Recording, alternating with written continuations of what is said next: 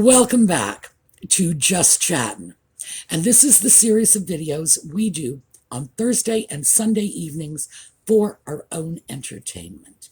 So before we get going on today's topic, let me just quickly go over a little bit of channel business. We have almost made our $10,000 mark for the Legal Defense Fund. We currently have $9,989. So we're there. We have $6,223 straight up donations on the donation site, $3,566 on the t-shirt site, and we have another t-shirt, I'll get into that in a minute, plus there was a $200 donation from this channel. That was money I used to open the account, and that belongs to the fund. So that was sort of a collective contribution from all of us. The t-shirt. Now, our last t-shirt, as is this t-shirt, both created by Keep NYC Mega Trash Free. She very kindly donated these designs to us. So here's the new design.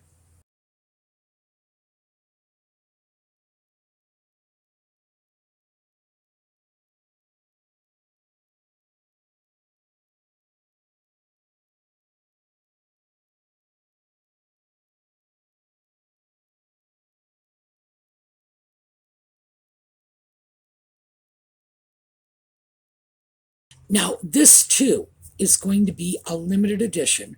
I'm going to let it run for about 6 weeks, and then I'm going to seal it off because, well, we got a gracious donation of the artwork, and I think we need to respect that and treat it as limited edition materials. So that's where we are on our Legal Defense Fund. Our channel donations for the month of May. Now, remember last month I asked you if those of you in Canada and the UK could provide some charities. Just your boots are the boots on the ground. So I need to trust you for this. And a Canadian viewer had suggested the Downtown East Side Women's Center of Vancouver. And so they got our donation for May. It's a very good, very well-regarded charity in Vancouver, and they allowed us to target the funds. So the target group I chose was Chinese senior outreach, because even though Asians are not a minority worldwide, in North America, they are, and quite frankly, they've had a very troubled history with us. And that's been our fault, not theirs. So I thought this would be good, and also because seniors are always going to be one of the most vulnerable populations in any community. So that's where this donation went to, and now I am redoubling my efforts to get a charity from the UK. I'm going to be looking, but again, as I say, yours are the boots on the ground, my British friends. Let me know if there are good charities that you've dealt with, that you've heard of, that you've found positive reviews for, that you think would be suitable for next month's donation. Because even though I'm perfectly content to go completely worldwide, find a charity in France, find a charity in Brazil, doesn't matter. I would very much like to put some of our charity dollars into the communities in which the large portion of our viewers are residing. So I want you to be able to see what we're doing, have an impact in your own community, maybe even to the benefit of some of your family and friends. So, our UK viewers, please help me find something good. All right, one more and we are done with business. The Keep NYC Mega Trash Free coffee mug, that was a limited edition, That we have a winner. I did break down and let Audie choose the winner. And of course, as I told you, he's easily bribed. So he found a viewer named Jade Bell. And of course, naturally, Audie wants a Jade Bell. So that is our winner, Jade Bell. And the next time we do this, for those of you who unfortunately didn't win, I would suggest you might want to consider changing your user ID to Fat Juicy Mouse, because I'm sure that'll get his attention. But seriously, I do have to tell you that I chose that winner. It was strictly random, and I can show you the process one of these days when you are insanely bored, because I actually have a book full of random number generations. Back when I was in grad school, that's what we had to do because we didn't have computers. So I can actually do this completely by random, and I did. And it just so happens it came up with a name that Audie gave his paw of approval to. All right, when we come back, we are going to talk about the ginger sock puppet. So I'll see you in a minute.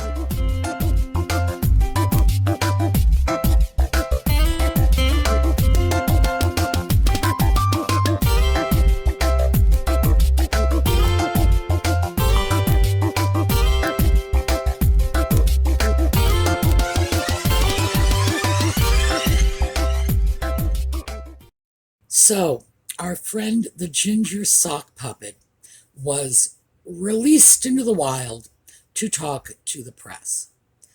I have no idea why his handlers let him do that, because this guy is seriously a loose cannon.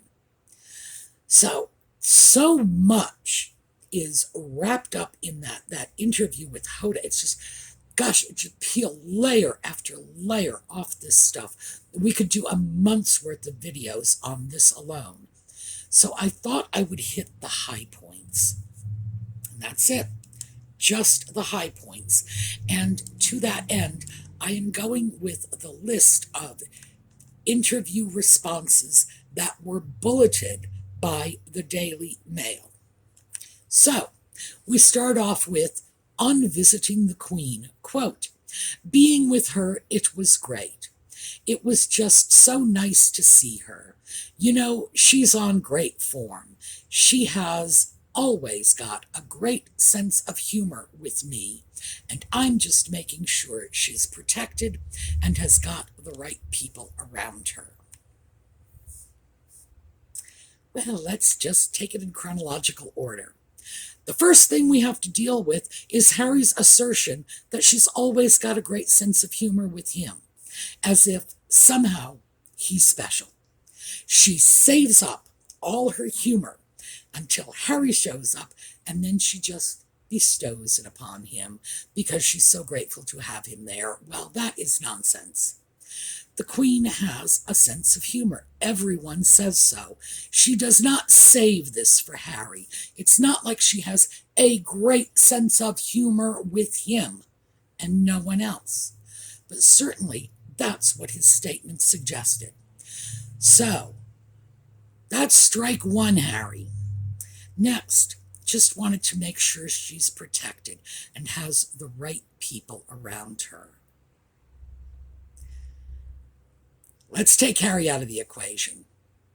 How would you feel if a cousin, a brother, an uncle, a nephew, whatever, some family member from your own family took off 2 years ago, came back twice for a couple of days each time, not a real visit, just sort of a weekend, and suddenly shows up after 2 years to start pontificating about how well protected Grandma is and whether or not she's surrounded by the right people.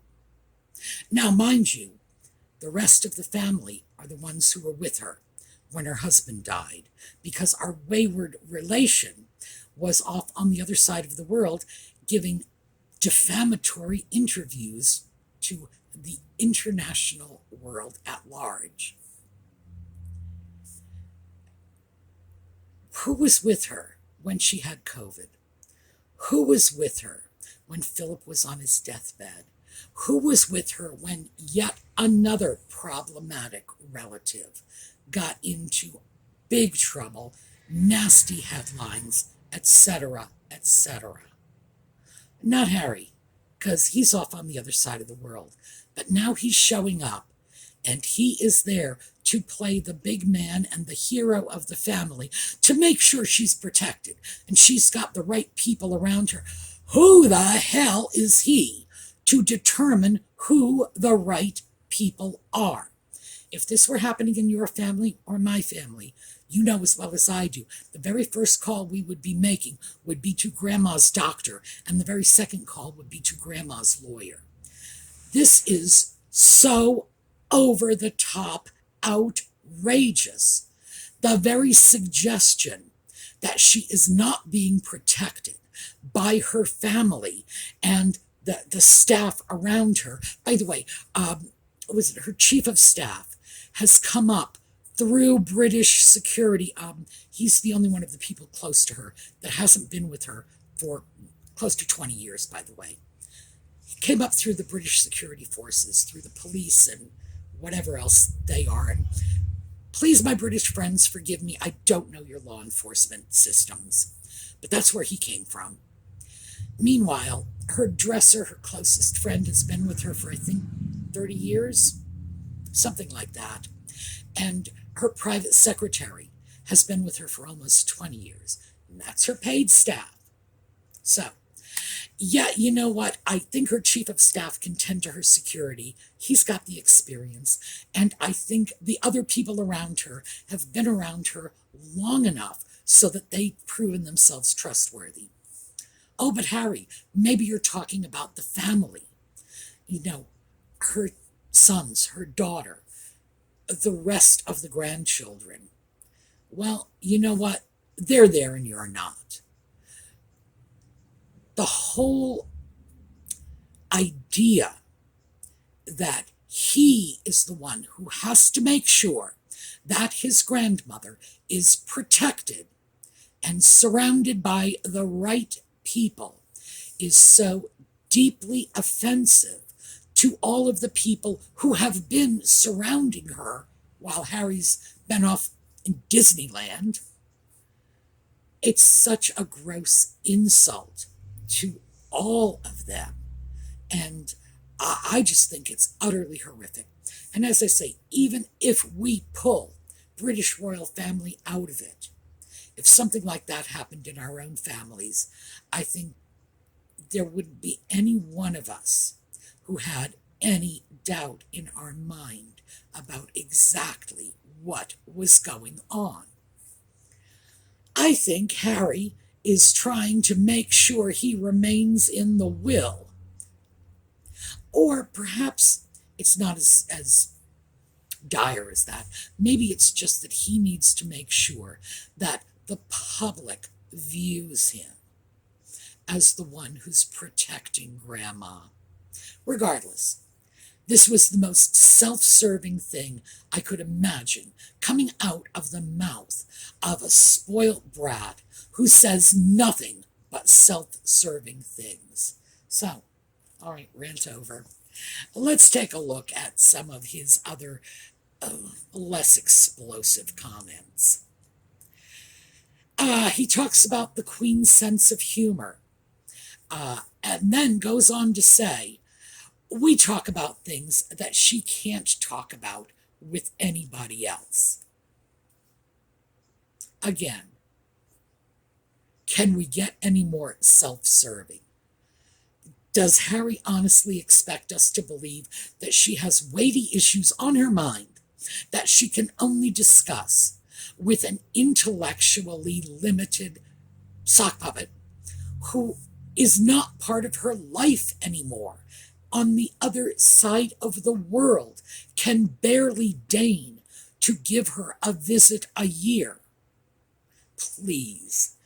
And it's pathetic is what it is. All right, so moving along. This is speaking about whether he misses William and Charles. Now, this is interesting because the Daily Mail really missed this one. His response: look, I mean, for me at the moment, I'm here focused on these guys and these families and giving everything that I can, 120% to them, to make sure they have the experience of a lifetime. That's my focus here. And when I leave here, I get back and my focus is on my family, who I miss massively. But wait, Daily Mail didn't do this. I'm going to. As soon as those words are out of his mouth, Hoda Khattab, who did the interview, says, you do, I bet. Just back-channeling, basically. And Harry says, of course I do. They're two little people, making it very clear that when he says the family he massively misses, he is talking about the two putative children off in California. This had nothing to do with Charles and William. He does not miss them massively. When he was asked if he missed them, he simply deflected the question and spoke. And clearly, he was coached on how to do this because he just doesn't have the brain power to do this on his own. Immediately says, no, I'm here for these guys and their families. And of course, virtue signaling, we've talked about that. I'm here to give them all I can give them. I'm going to give them 120%. He doesn't have 120%. Frankly, I'm not even sure he has 100%. And when I go home, I'm focused on my family. It was not the family in the UK. And his follow-up statement made that perfectly clear. But everybody, for some reason, let that slide because there was an interruption. And Hoda Khattab goes in, she gives him the back-channeling. Back-channeling, by the way, is a specific term that is, what it means is it's like feedback. It's nodding. It's like, yeah, that's what it is. People have a different view of what back-channeling is. No, it's not. This is what it is. It's giving him feedback. So then he goes on to say that the family he misses is two little people when he gets back home. Oh, and he makes it very clear that back home is California. This is where he considers home to be. So he's no longer in the UK. He no longer considers it home. And at this point, I think that the British people have the right to ask if he's going to be living in the United States, why is he not surrendering his title and asking for U.S. citizenship? He is declaring this to be his home. Should he be a counselor of state? No. This is his home in the U.S., not the U.K.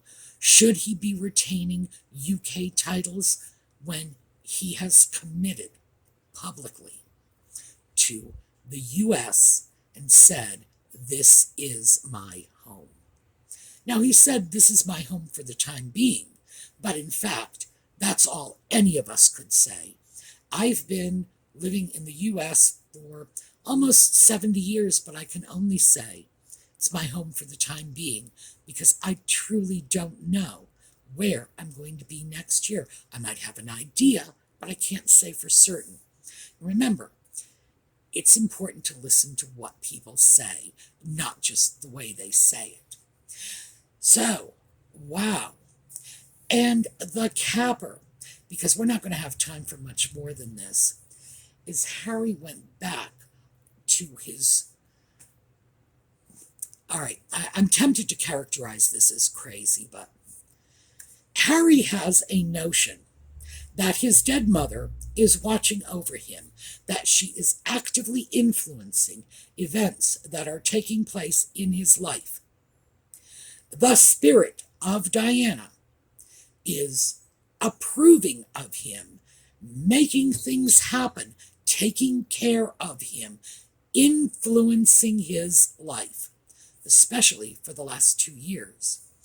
Now, we know that because, of course, he is married to a woman who is constantly playing the dead mommy card. But I have to say, Harry's views on his mother, his mommy issues, if you will, are way beyond the pale at this point. I understand he adored his late mother, but she's not a saint, she's not a deity, and he is deifying her. He is endowing this woman with superhuman power, the ability to reach beyond the grave, control events in his life. Something good happens, it's because Diana put it in place. He said that he believed Diana left him money in her will, knowing some sort of foretelling of the future, that he would one day be literally cut off by the rest of his family and need that money. He has said this. I think he actually believes this. Now, I wish I could say I didn't, because quite frankly, if I said I think he's making this up and just, trafficking on his mother's name, it would make him sound a lot saner and a lot more rational than anyone who truly believes their long dead parent is, well, like I say, reaching up out of the grave, controlling events, that somehow she was clairvoyant and could have predicted things, and that's why she left him money. This is disturbed thinking. This is just, I don't even know what to say. I'm not a psychiatrist. I need to make that very clear. Of course, you know that.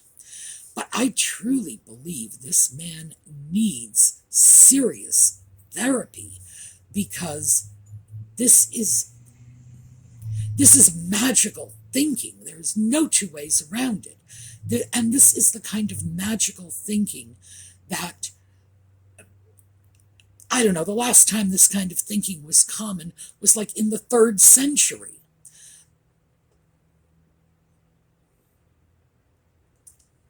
I just have to say, I think he needs help. Now, when I say I think he needs therapy, I do not mean by any stretch of the imagination that I think he is not responsible for his actions. I do. I do not believe he is so divorced from reality he doesn't know right from wrong, good from evil, and that he is incapable of following a chain of consequences. No, nothing like that. But I think his psychological issues are really, really deep, and they seem to be becoming more and more pronounced with time. The Harry that everyone saw, let's just say 5 to 7 years ago, when he was just going into his 30s and was, well, his behavior was largely irresponsible, but still, it didn't seem to be this crazy. This, boy, we're moving to crazy town now. There are people who say that Harry is just an out-of-control rage monster. And I look at not just what he does say, but what he doesn't say. Things that are left off the table. Questions like, do you miss your father and your brother? Questions that are pointedly asked and not answered. And I start to think to myself, yeah, I find it perfectly believable that these people who are claiming he has this bottomless well of rage for his father and brother, that they're not that far off the mark. This is troubling. This is very troubling. And especially because Harry has the public forum. They don't. Harry goes off and shoots off his mouth to everybody, everywhere, and on the top of a bus. I mean, Harry talks. People like Charles and William are constrained from doing that because they are representing the royal family. They're representing a state institution. They can't just pick up the phone, call a reporter, and say, oh, I hate my brother. He can do this. They can't just say, I think my brother needs help. He can do it. He can say he thinks they're trapped. He thinks they're locked in to this horrible institution, this dreadful lifestyle of privilege and wealth, that they're clearly miserable.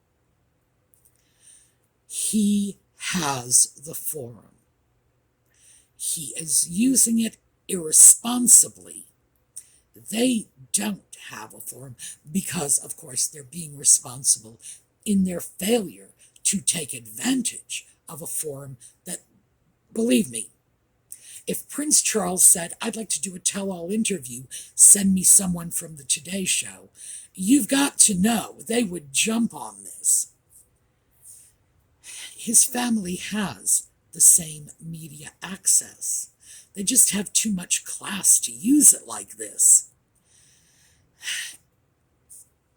We're going to have to take a more in-depth look at the interview because there were a lot of things that he said in there that were very troubling. And of course, I took extensive notes. But as I say, we've got limited time.